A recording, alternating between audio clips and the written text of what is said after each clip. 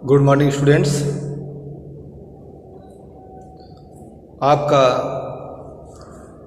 8th chapter complete हो चुका था। आज मैं चैप्टर 9 शुरू कर रहा हूँ। चैप्टर 9 अनुक्रम तथा व्युत्क्रम विचरण, जिसे डायरेक्ट एंड इनवर्स वेरिएशन कहा जाता है। इसमें आपने देखा होगा दैनिक जीवन में कभी कभी जब एक राशि में परिवर्तन होती है तो दूसरी राशि में भी परिवर्तन होता है। कई बार यह परिवर्तन राशियों में वृद्धि के रूप में होता है और कई बार कमी के रूप में होता है। इस आधार पर विचरण को दो भागों में बांटा गया है। एक होता है अनुक्रम विचरण और दूसरा होता है व्युत्क्रम विचरण। अनुक्रम विचरण क्या है?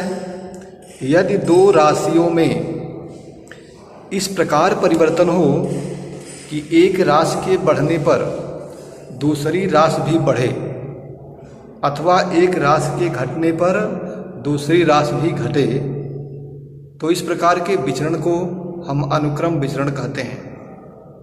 जैसे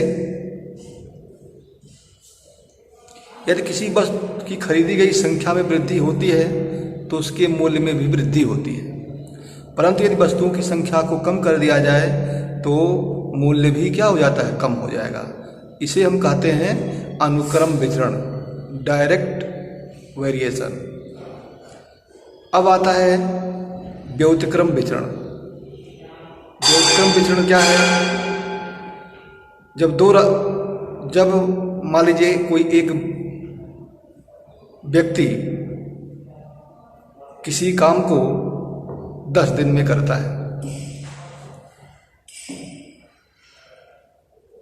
यदि 10 व्यक्ति को लगा दिया जाए तो वह काम कम दिन में समाप्त हो जाएगा।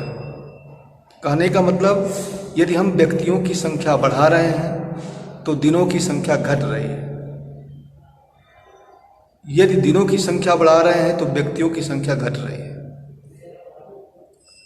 मतलब एक राशि यदि बढ़े और दूसरी घटे